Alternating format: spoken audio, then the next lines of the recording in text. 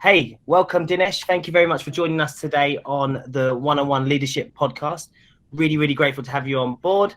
I always love these types of sessions because you really get to find out from the experts themselves really what's going on in the world, and we get to put the world to rights for 45 minutes. So really excited.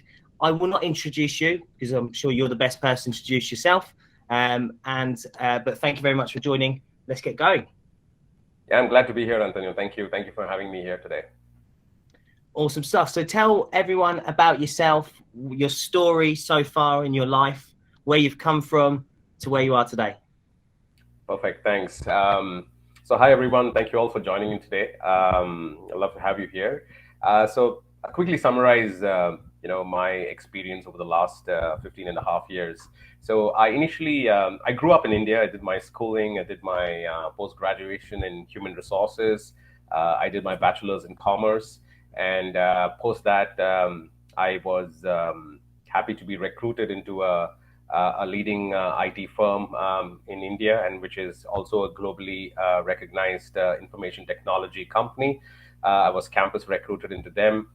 Pretty much started my career into talent acquisition for the first couple of years. And after 4 years, I did get an opportunity to move to Latin America. We have big operations in Latin America with almost 18,000 employees located across 8 different countries. And I moved over there as a talent acquisition recruiter in 2010. And from there till 2017, I managed different roles in talent acquisition. And my last role before I moved out from the geography was the talent acquisition director for the Latin America market. And that was a good 7 years where got to interact with various different cultures and how you can actually really adapt yourself, understand what are the plus points in each of these countries. It was a really amazing experience. And after that, I went back for a short stint in India. I was there for another 3 years. And then in 2019, I moved to Canada. And in Canada, in my current role, I manage human resources for roughly around 2,500 employees located in various provinces in Canada, whether the East or the West, and primarily manage talent engagement for the employees in this geography. And it's what I love to do. Yes, I love to listen to music, and I love to catch a few of these series running in Netflix whenever I get some time, spend time with family. And yes, that's pretty much all about myself. Amazing. Have you seen Squid Game then on Netflix? Everyone's going mad about it. It's in my watch list. It's in my watch list. I'm just completing a couple of other series. So it's definitely something which I would definitely see in the next, I think, few months. Well, I can imagine running the team the size of that you do. It's quite difficult to get time to just even have downtime, right? Absolutely. Because I think within Canada also we have roughly 3 different time zones, right? So even though you start off at 8:39 in the morning, you want to end your day at around 5:30. But if you take up roles where you lead various teams, sometimes it's important that you might be available for a couple of hours after the usual working hours. And yes, I think it's part of the role. It's part of the role. It's part of the responsibilities. So as long as you have some passion in the field, I don't think so you will have any reason to complain about it. So I always like to talk about the future, but I'm really interested in hindsight, in sort of the looking backwards, particularly because of your experience. So, 2006, you entered the world of, recruitment, I suppose, the talent acquisition world. How has it changed since 2006 to today? Or has it even changed? Do we still have the same challenges, or are the challenges different? No, I think the challenges are a lot different from 2006 onwards. If I have to put it in very simple terms, I think employers and organizations had a stronger hand in 2006 and 7, and now the table is just shifted. And now employees, I think, are the kings out there in the talent market. And today, an employee who is capable enough, has the right upskilled competencies, can seek a job in any company across any country without any problem. And this was not a case in 2006 and 7. I think people wanted to be part of different companies. There was a lot of talent available. But today, with the war of talent going on in most of the companies and most of the countries around the world, every employee who is active in the market is holding a minimum of 3 job offers, and that's a challenging thing for not only for the recruiters but also for the business and for the company. And it's not an easy game for HR professionals out there. Yeah, absolutely. And in terms of, and before we get into these challenges that we're facing today, there's lots of them. In terms of your spotlight on what the future of recruitment looks like and what organisations need to be mindful of, what do you think that is in terms of the real key crux of hiring? Yeah, so I think the future is there. It's going to be very I would say it's going to be very difficult for companies who do not really transform and adapt their recruitment practices and the technologies they use to recruit. If they use traditional means of recruiting people, they're going to lose the game very soon. They really need to transform from the entire candidate experience, from the time you really want to attract a candidate to your company, right? What kind of branding, what kind of marketing are you projecting your company as a great company with great employee value propositions?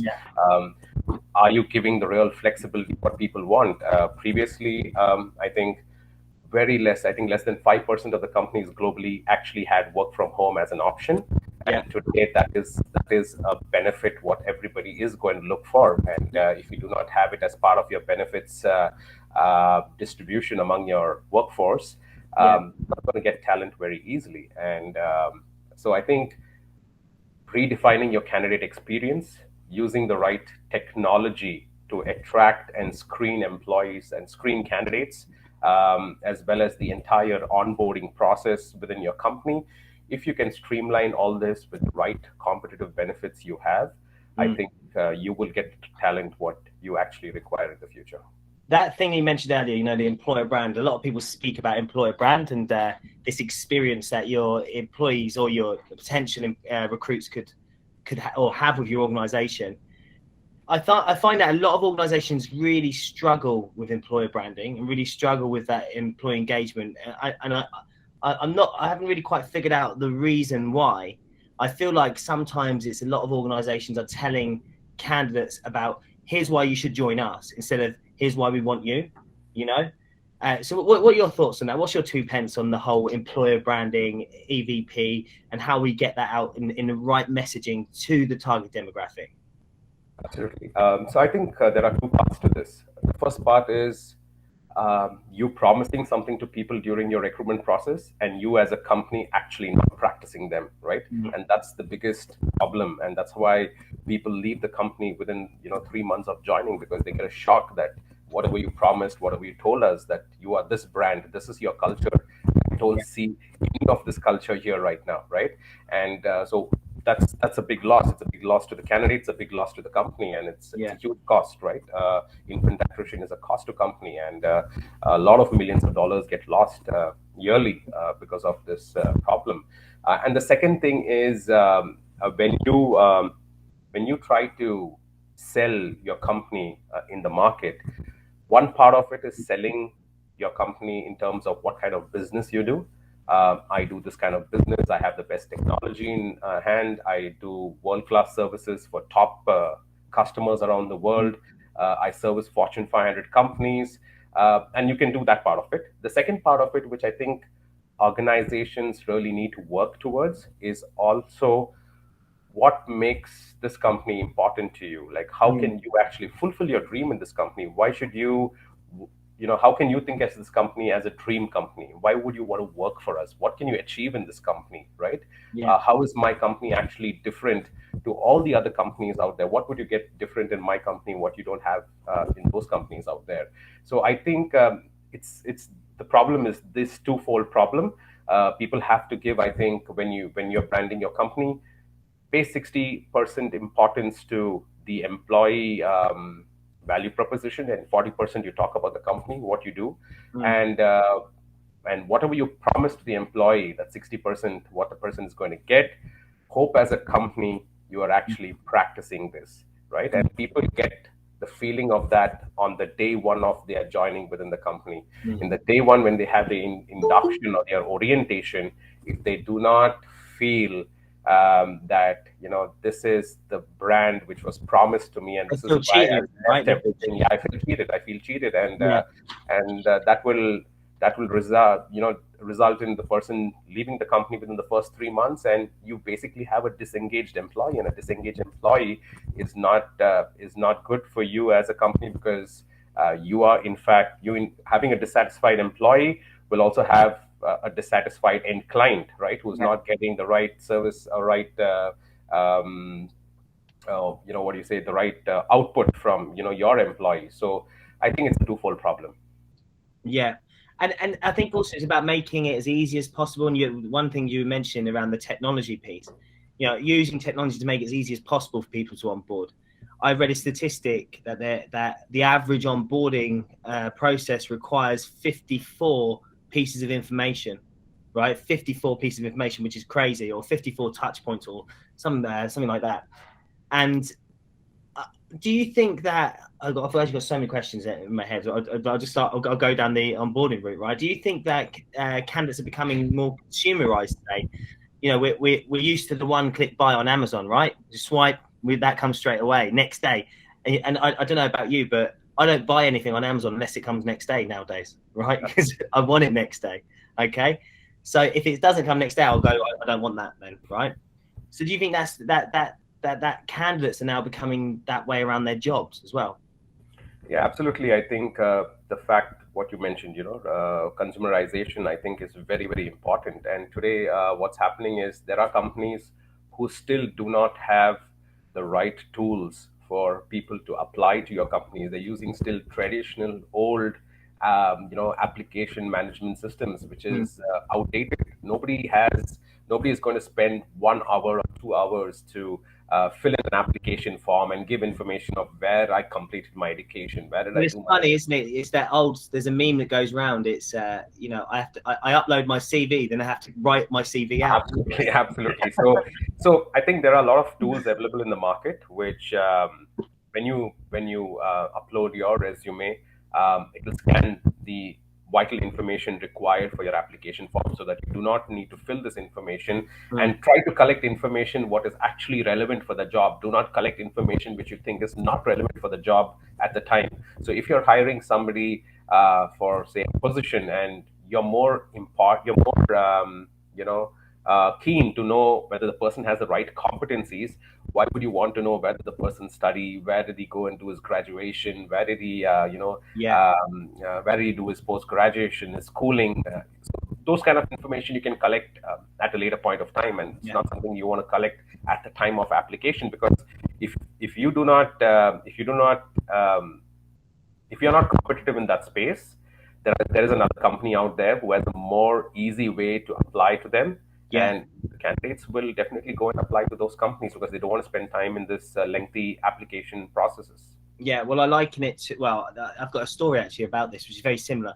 Not about applying for a job, but recently just joined the gym after COVID and whatnot. I've got a bit of a COVID belly, Dinesh. Okay, it happens to the best of us, right? I recently joined gym Virgin Active, which is the one of the gyms right over here. But then there's also Nuffield Health, and Nuffield required me to leave my details, and they would call me back. But with Virgin Gym, I could just literally sign up straight away to the gym, book in my onboarding date, and then I'm in. So that was the one. But I actually wanted to join Nuffield at first. But because of the ease of use and the whole process of being called back and all that sort of stuff, I actually just wanted to be straight in. I had the impulse to join. I did it, and actually went with a competitor that I didn't even think about, just purely because of the digital experience, right? Absolutely. And the whole idea of customer service is not that you use a product and then there's customer service. I think it starts from the time that you want to actually use the product or a service. So if you do not have that right interface, like a lot of companies have very interactive chatbots, right, at the time of application. And let me just give you a simple example now. I work in a company where 10 years back, I had to go to my intranet site. I had to apply for a leave if it was a sick leave or a vacation leave. But today I can do it via a chatbot. So I just open the chatbot on my smartphone, and it'll ask me what kind of a leave I want to apply. I just select this is the leave I want to apply, and it's done. I don't need to go through that lengthy process of opening my laptop, logging into my intranet site. So I think things which are the user interfaces for people, the kind of tools what people get to use before using a product or a service is going to be very important for them to decide, as you said, who would I go to? What is the ease of doing business, right? Or the ease of something. Yeah, and that's interesting what you said. The experience, because the experience starts where at the point of you applying for that position, right? Or even just landing on your website. How do I get to the careers site? That's even. Do you think actually this is a very interesting thing, and I'm interested to hear this. Do you think that actually, we talk about employer value propositions, pre-COVID, post-COVID, or post-pandemic? Have they changed? Have they shifted? Have the requirements for people in terms of the way they see themselves in careers or in a job or in a role at a company, has that changed? Absolutely, it has changed. And if you see a recent report about some of the CEOs asked, what is going to be the biggest challenge for you going forward? And they said that the biggest challenge for us is we want our workforce to be more adaptable, because that's the key. And so an EVP, an employee value proposition pre-COVID, companies like, say, Google or Facebook, who had spent millions of dollars on wonderful office spaces, in-house gyms, in-house cafeterias and restaurants. And today, their employee value proposition has to be changed. And today, what are employees looking for? Employees are looking for great virtual healthcare benefits. They're looking for virtual classes, virtual yoga classes, virtual gym classes. And so I think from a benefits as well as from a learning perspective, it has changed. And I think people today, it's also with regard to the job economy. So today, there's a lot of contingent workforce in demand, right? Which was not a case 10 years back. 10 years back, people looked at being in companies for 10 years, 15 years, and there was a long-term association. And today, it's not going to be the same. Post-COVID, organizations are actually redefining how they look at work, how they look at workforce, and how they look at the workplace. And when they look at work itself, how they can break down the work itself into tasks, into operational activities, and then deciding how much of this I can actually automate and how much I actually need it to be done by a person. And then they're actually thinking, okay, if it has to be done by an employee, can it be done at home or can it be done at the workplace? And that's how they have to look at the future of work. And it's not going to be that they look at a simple job and say, okay, this job is 100% work from home. No, it's not going to be like that. Because in that job, there might be 40% of the tasks which require you to brainstorm with a lot of people, which require you to be in an innovation lab. And for those scenarios, sometimes you need to be in the workplace. And organizations itself have to transform the entire workplace setup. Workplace is not going to be a place where you come and sit down behind your desk anymore. It has to be the place for social collaboration. It has to be the place where people come and exchange ideas, brainstorm, look at innovation, and if you can promise all these things to employees during your your recruitment branding processes, that this is what you can actually expect from us. If we call you to work 2 days in a week or 1 day in a week, it's not that we want you to work from office, but it's a time for innovation, it's a time for social collaboration, it's a time for you to meet your colleagues. And that is very important, no matter what you do and how much time you spend working from home. Companies have realized, all the tech giants, whether it's Apple, whether it's Google, whether it's Microsoft, all of them today are asking their employees to come back to work. And if it means 3 days in a week, come back 3 days in a week, because they realize that having people 100% remote is actually not maybe working for them as what they expected. People are doing their routine jobs, but innovation and creativity is something which is getting affected, and they want people to come to work and start that process all over again. But today's statistics are entirely different, because today 80% of the workforce do not want to come back to work, and Yeah. so it's going to be tough, because what Apple experienced a couple of months back, when the CEO wrote to them and told that, by so and so date we expect you to come back to work. There were a lot of employees who got together, created a internal survey and circulated an internal survey, and the response said that we want to come back to work, right? And they send the response to those surveys, the survey to the CEO, and so there's going to be a lot of internal friction. I think today nobody has the answer. On that note, then, do you think that what are your thoughts on the working from home? Do you think that people are just using they would like working from home because they can doss about, and they can get up at 5 minutes before 9 a.m. and jump on the Zoom call, without their camera on? And is it because of that, or is it because generally speaking, it's actually better well-being, better for the people? What are your thoughts? No, I think it's all about well-being. Okay, so I can give you my example. So when pre-COVID, I used to take the train to downtown Toronto from the suburban place where I live, and it used to be a rush hour for me. So I used to leave 5 minutes before the train leaves. I'm in the station. Sometimes I'm standing in the train because there's no place to sit down. I get down in downtown Toronto, and then it takes a 10-minute brisk walk to office, start my work. Again, I leave 10 minutes before the train comes. I rush to the daycare, pick up my kids, come back home. So I think it's the well-being. People are more relaxed.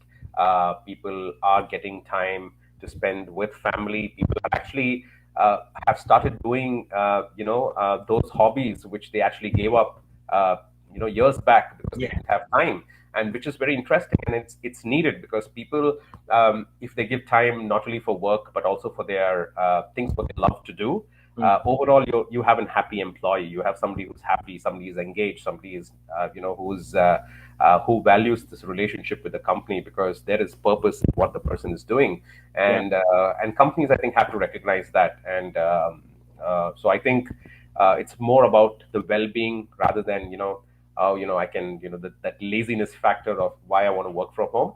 And I think, but I don't think so that people also want to work 100% from home. Even if they want to go that one day to work to at least meet people, they want to do it. So I think the hybrid workforce setup is here to stay, and it's just that companies will have to figure out a way how they build a framework, taking into consideration the workforce, the work, and the workplace itself. Now, could you imagine a pandemic hitting us in 2004, and what would we have done? Everyone had to stay at home. What would it have been like, right? We're actually blessed to have the technology that we have, and the ability to just connect straight away. I mean, with our operation, a lot of our staff in the Philippines. We have a RPO in the Philippines. Kevin, who's my CEO, is on the call. We've actually ran the remote teams for around 3 years now, and so we've always known. I didn't do it in the UK, so we had everyone in the office in the UK, and then obviously pandemic hit, and everyone went home, went to work from home. So, but we've been sort of talking about this and understanding that actually it benefits not only the people and their well-being, but also there's a knock-on effect for local businesses as well, right? So because you're now, if you go out for a coffee or whatever, you're going to a coffee at the local shop, the local cafe, or you're spending more money in your local area as well. And obviously in the Philippines, there's lots of provinces as well. So not only does it benefit the people who are parents, they get to stay at home. They also don't have to travel every week to the main cities, which is an absolute ball ache, for want of better words. So this in mind, so we're now in the world where people they want the hybrid space. So do you think that the companies do you think the Great Resignation, that's happening right now, is that due to people wanting more from an organization, people wanting an organization to offer them more, or is it due to the fact that maybe people, because they are at home, and this is just, I'm just playing devil's advocate here, right? Because they are at home, they have been at home for 2 years, they've maybe become bored at home, and they're thinking that it's the job that's making them bored rather than the activities. Again, I just ask these questions. I'm interested to hear from your point of view, Dinesh. Yeah, so I think this the tsunami of talent, the tsunami of resignations, which are happening right now, and it's affecting organizations everywhere. It's happening everywhere in the globe. And for me, I think the primary reason for such a phenomena right now is previously pre-COVID, if I worked in a specific city, um, in a specific state or province, I knew that my scope of employment would lie within the top 3 or 4 employers it was who have limited, offices, very, very limited. And what happens in a situation like that, the salary benchmarks for certain roles with certain experience is almost well known to all the people out there. So people know that, okay, within these 4 companies, I know if I just change my job, maybe there's a 5% increment or there's a 10% increment, which can be offered to me. But today, what is happening is because of this boundaryless situation where not only companies want to hire you from different states, but even from different countries, organizations are willing to pay premium prices to get the talent, which was a difficulty earlier. And but for me, I can see it in 2 different ways. One is while it all seems fine today, but I'm scared that tomorrow there's going to be, say, an economic downturn, or there could be a recession or something which comes up.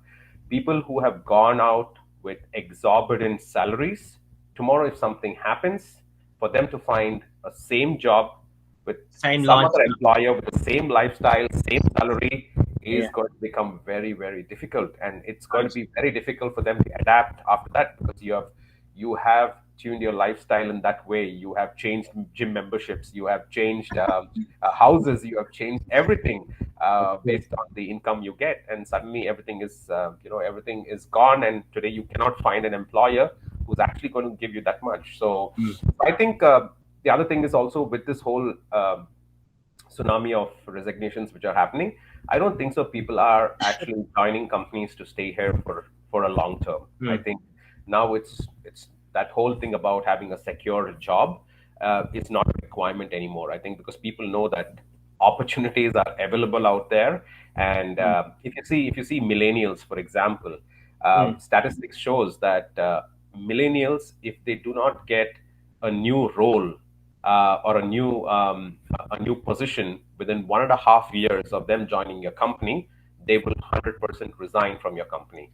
It's funny because I just pulled up some statistics right now about Gen Z and millennials and whatnot. But anyway, carry on. I'll jump into that in a moment. Sorry. No, so millennials leaving the company within 1.5 years. Today, do you have a very a very structured talent management framework within your company, which actually sees people moving roles horizontally or vertically within the 1.5 years? No, nobody has that today in place.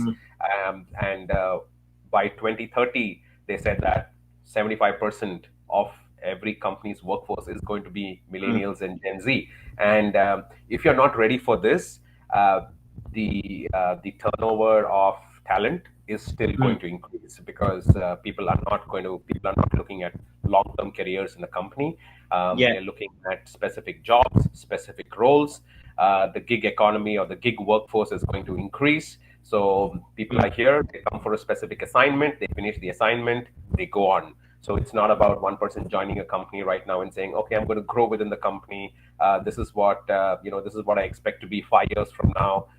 Those questions, I don't think so, are going to be asked anymore in recruitment processes, because with the changing landscape of the job market, that's an obsolete question, anymore in the future. Yeah, absolutely. I think there's an alarm going off somewhere around here. Can you hear that? No. Okay, you can't hear it. That's fine. That's good then. But there is an alarm happening. I don't know what it is. Anyway, interesting. So I've actually interested, because I always like to have statistics when I'm doing these calls on, because it spurs conversation. But it actually, what we're leading into is a purpose-driven workforce, right? And 74% of Gen Z they believe that work should have a purpose, and they're more focused on the purpose. So they actually would take a pay cut to be doing something that serves a purpose in life, or does something that, you know, for them, right? Which is absolutely interesting. So I think that the EVP piece, or the employer branding for people, not just has to go at a level of, well, here's what our company offers, here's what we stand for, but actually also speaks to the talent, particularly in the places that they are active today, right? So if you think about what are Gen Zs doing today? Scrolling. So we really need to start that experience early on, and actually start putting out content, which is terrible, which is really bad. We have to be part of it, putting out content to speak to these people. Now, with that in mind, so we've got the different age demographics, right? But you, as someone who's worked across the globe, hired in lots of different geographies, are there really nuances in these different geographies, or do people really tend to want the same sort of stuff? No, I think it's very, very different, and I think it's a lot to do with what the government is doing for the people in these countries, right? And this goes to the earlier topic of the inequality of opportunity and income, right? So countries where there is no great benefits for healthcare and education, people are looking at those kind of benefits from companies. So when I was during my tenure in Latin America, one of the key things people looked at was a good benefits provider, somebody who could give good health insurance and medical insurance, which was because the government insurance or the government sponsored healthcare was very weak in Mexico, and that was a key factor of people choosing jobs in Mexico. And there, and I would say, if I look at India, if I look at Mexico and Canada, there anybody who was bilingual in nature, who bilingual in abilities, who could speak both the languages, was a person who was highly prized in the job market, right? And because Spanish being the first language in many of the Latin American countries, anybody who knew English very well knew that he's a potential hire for any of the global multinational companies out there. And while if you look at India, is also a country where the government-sponsored healthcare is also not very good. Like if I have to compare it to Canada, so there also people look for great offers from these benefit companies, and based on that they take a decision whether they want to join these companies or not. But leaving that, I would say culturally there is differences for sure. Like example, people in Mexico love to have their weekends to their families. They do not want to be disturbed on weekends. They would like their family time on a Saturday and Sunday. While typically, if you look at South Asia, it's entirely different. People are willing to put in those extra hours on weekends or even after working hours to stay competitive to stay competitive within the employer and to stay competitive in the workforce. And unfortunately, that's sometimes the true reality. Do you think you were talking earlier about millennials and Gen Z? You know, they want to have that progression, that progression within an organization. Do you think that companies are able to facilitate that constant progression every year and a half, to everyone? At TCS, for instance, you guys are a large organization, employ hundreds of thousands of people, right? So, but can you actually facilitate that constant growth of your employee, progression also? So I think it is possible as long as you have a clearly defined plan with respect to how you see talent now and where you see this talent going in the next 1 year. So today, if I have to give you an example, what happens in my company, I think we have clearly structured talent development programs, which can see people moving from one role to another role in less than 2 years, right?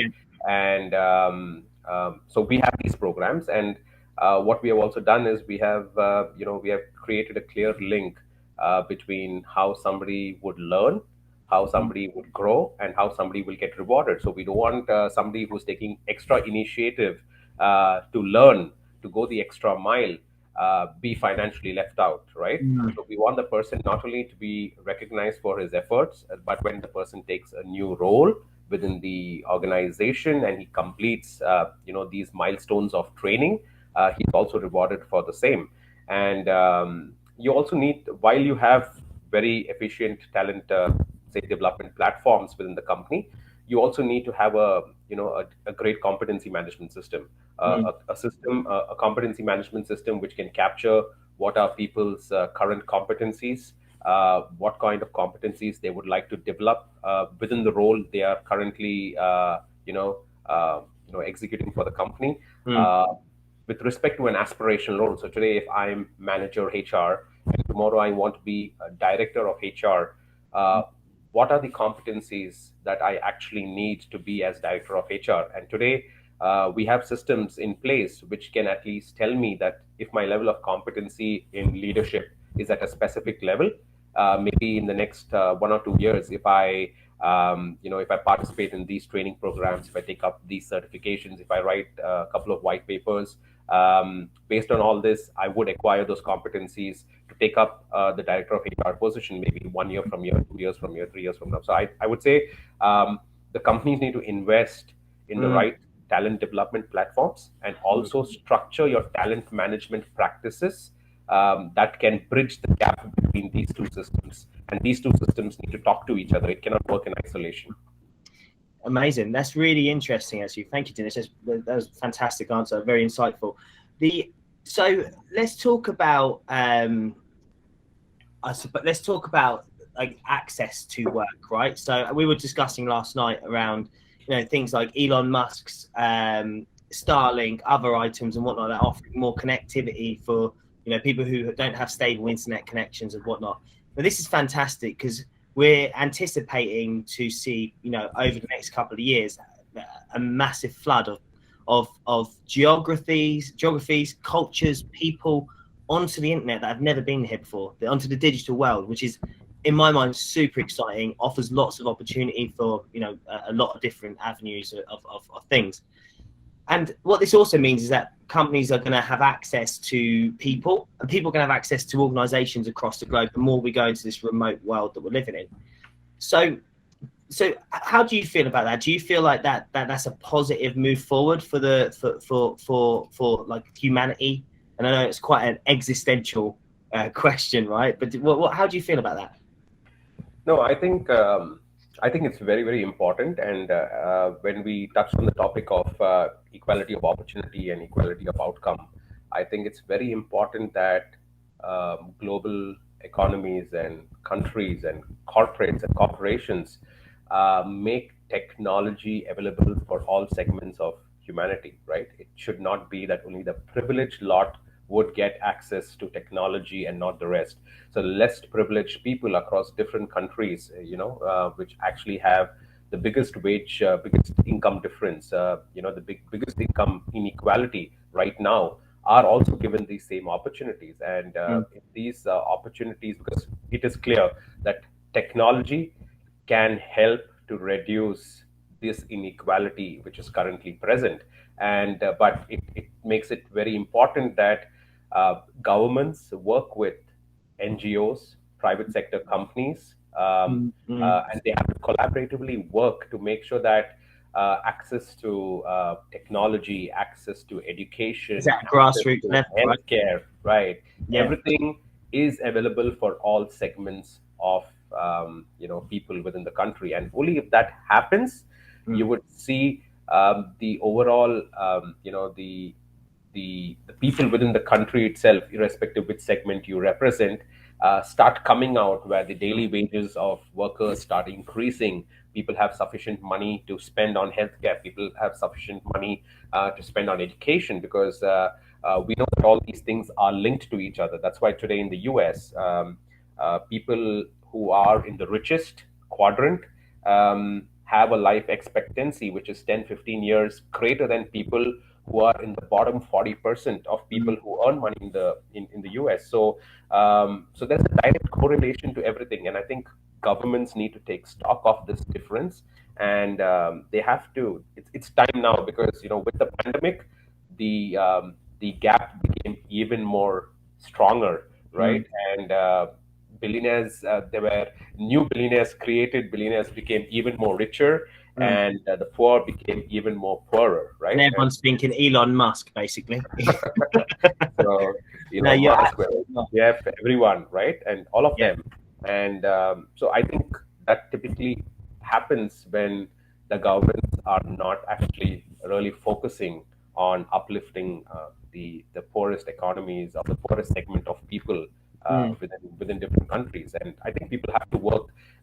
Countries have to look at people as one humanity race, and work towards solving the problem. And whether it is focusing on increasing daily wages, for people. Like today, if you just pull out the chart of the top 40 countries with their daily wages, 60% of the top 40 have 50% lesser daily wages compared to the top 40%. So the top 10 countries who are paying maybe $14 an hour in some of the best countries, there are people who are earning less than $2 an hour in the other countries, right? And that's a big problem.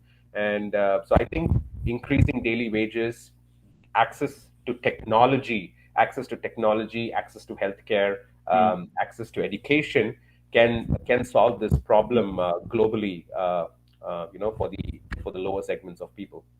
Yeah, 100%. And interesting, my social media writer wrote a post the other day around this, which was all around, and Alex, shout out to Alex, who's on the call as well. But it was all around how, governments actually, if they were to invest in grassroots, it will take a good couple of years, but you're actually investing in your GDP. Do you know what I mean? Fundamentally, you're investing in the well-being of your community. Yes, it takes time, but I think we're too short-sighted a lot of the times, particularly governments who are 4 to 6 year turnarounds. They want to just do things in those 6 years and move out. Do you know what I mean? Because they know that that's what's going to happen. So I find it super interesting. And what you said about the access piece is absolutely something. I think there's an invisible gap globally, which is access, isn't it? Access is everything. And if you have access and you have the right tools, you have the right people around you as well, in many ways, because you have to have the right people around you to nurture that route that you need to go down. You can do absolutely wonderful things. In fact, if you take the example of Biocon is a biotechnology company in India. This company is led by a lady called Kiran Mazumdar-Shaw, Dr. Kiran Mazumdar-Shaw, and she did her education in Australia.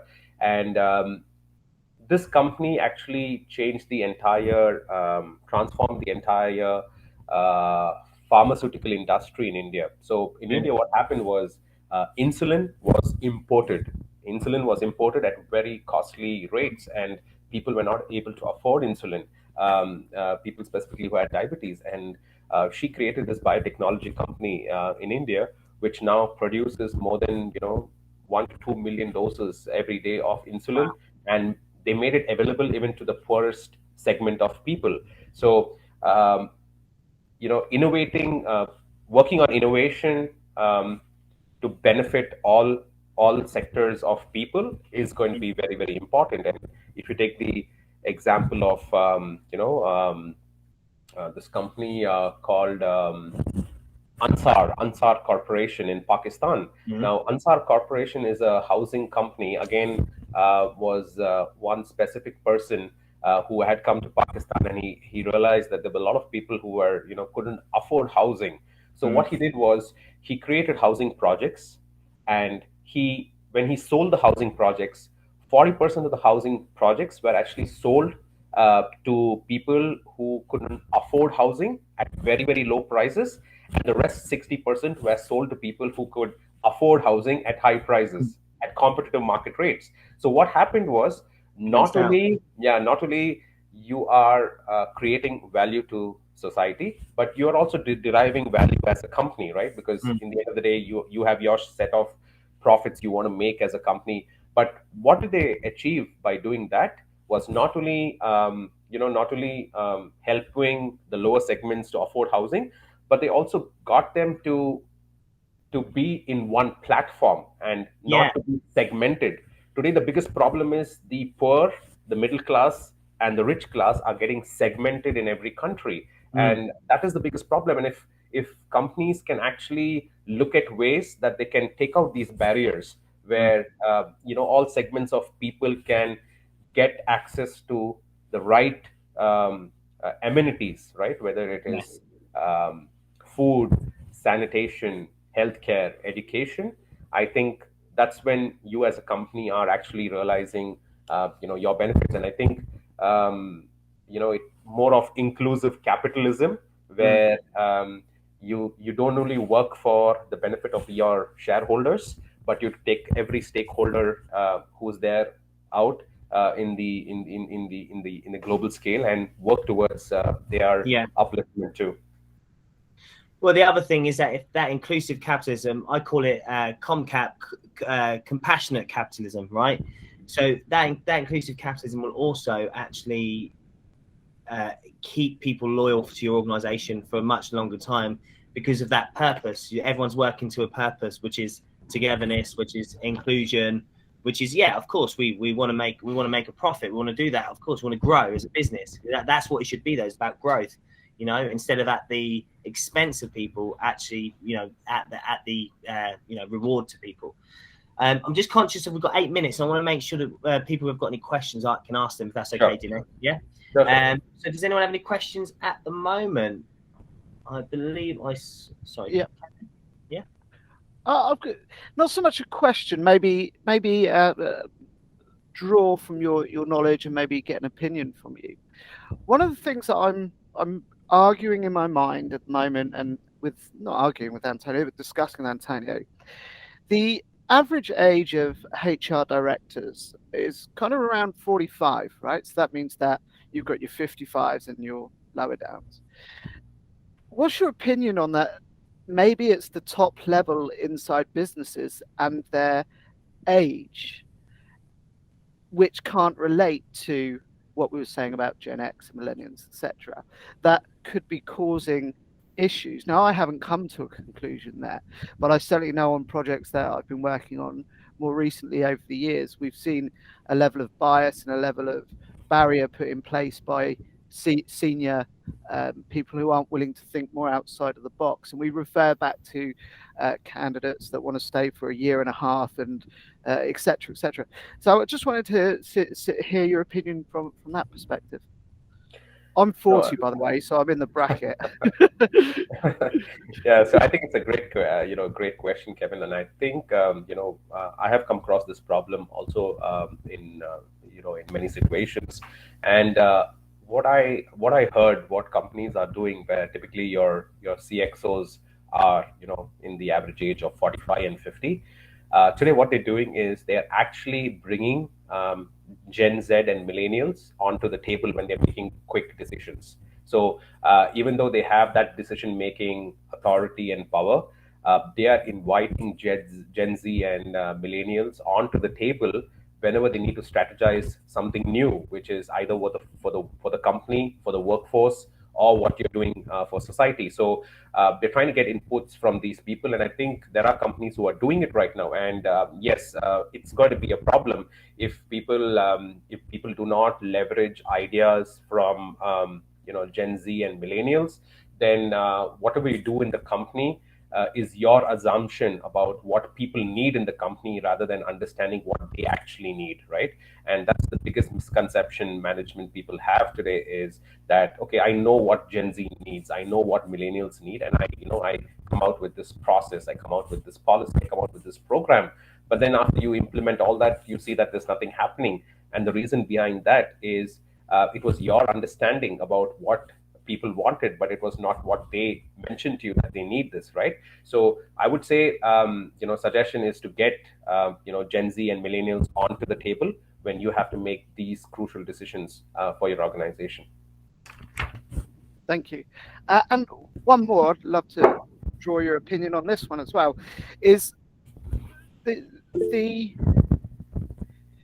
what we've been through and people working from home, etc., over the last few years, and people now the Great Resignation because they feel they're more in charge and they want these benefits.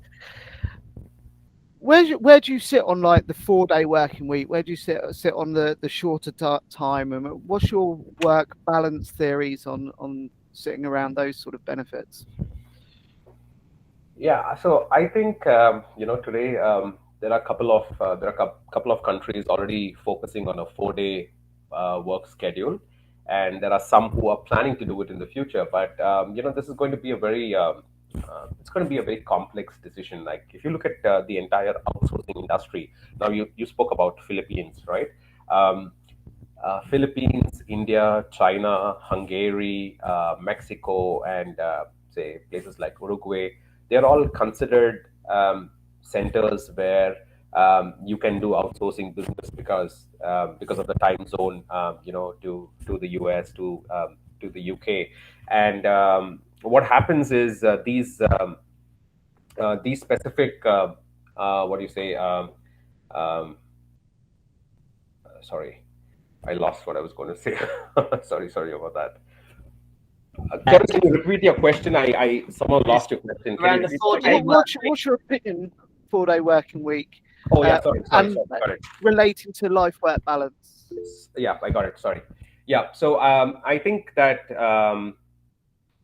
if you as a company or as a country look at a 4-day working week, if there's another country out there which is promising not to reduce the 5-day work schedule and keep it as a 5-day work schedule, today as a country you might actually lose out in job opportunities. Now if you're creating internal job opportunities within the country which can take care of the people who are coming into the workforce, then perfectly fine. But if you're actually highly dependent on a lot of global multinational companies to create a lot more opportunities within your country, then it might be difficult. But I would say that today I don't see this as a requirement what people are looking at. It's a feel good factor. I don't think so it's a must have for people right now. People are not like it's not becoming a decider whether I join a company which has a 4-day work schedule or a 5-day work schedule. It's a good to have benefit, but with the work life balance, yes, companies have to understand that while working from home,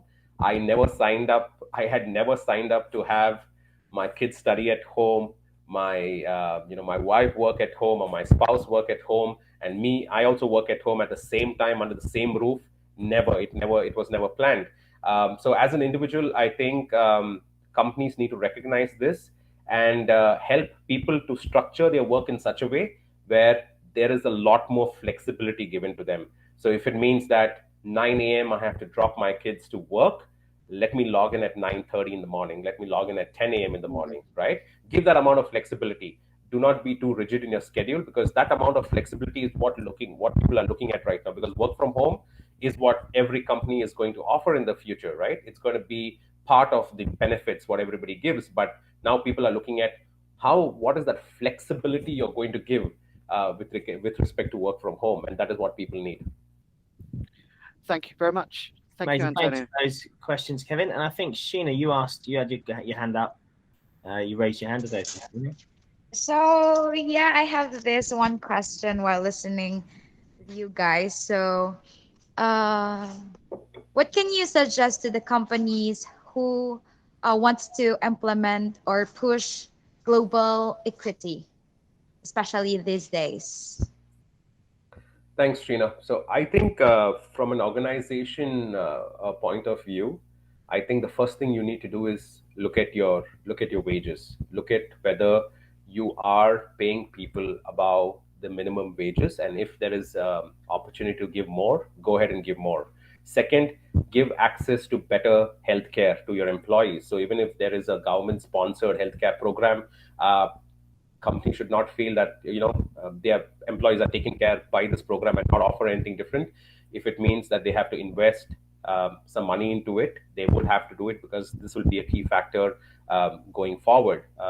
And third, I think there are a lot of geographies where people also cannot afford education for their kids. So there are companies out there which are also helping employees to invest for their tuition fees in the future. And I think companies will also have to do that. And my last point is on retirals. I think pension programs are also very, very important, because irrespective of the retirement age in different countries, people want to have some stable income, every year after their retirement. And if you have great retirement programs, you can definitely reduce this inequality within your company itself.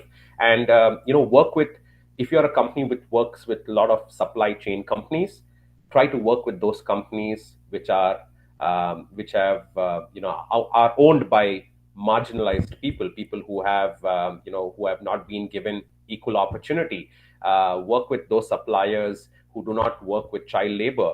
Work with those suppliers who actually pay the right wages. And if you take an example of the cocoa industry as well as the coffee industry, where people were exploited, farmers were exploited, today there are a lot of companies which are ensuring that the middleman is ruled out, and these companies are working directly with the farmers and uplifting the farmers, and which was exploited around 5 to 10 years back in whichever geography they were growing cocoa as well as coffee.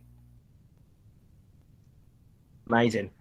Absolutely fantastic. That was amazing, Dinesh. Look, I understand you're a busy guy, so I really appreciate you taking the time today, and I'm sure it was, I hope it was as valuable to you as it was to us. It's absolutely been phenomenal. I just want to end with one last example, Antonio, because you spoke about purpose of work, and this is what I keep telling a lot of people. I heard about this example. I don't know if you have heard about it. One of the ex-US presidents, I think, had gone for a field visit to NASA, and on his visit, he happened to meet one of the janitors, on the corridor, and he asked the janitor, "What do you do here in NASA?" And to his surprise, the janitor, replied back saying that I help sending astronauts to the moon. And that was his reply, and that was the purpose of work. He had a clear vision, right? And he did not mention that I keep NASA a clean and tidy place, but he resonated. He resonated with the purpose of every single person who worked in that company, and that is what I think every person has to resonate that same purpose of work if they can actually feel the employee culture within the organization. Amazing. What a phenomenal piece to end on. I really appreciate this, Dinesh. Thank you very much for taking the time. Guys, that was Dinesh Kumar, a human resources leader at TCS, Tata Consultancy. Obviously, as you guys can get from this whole conversation today, Dinesh is someone who absolutely super passionate about equality, equity, and the future of work. If you want to connect with him, all you need to do is just look down below underneath in the YouTube. There's his link to his profile there. Obviously, subscribe to his channel, and we look forward to seeing you on the next leadership episode. Thank you, Dinesh, again. Really appreciate your time.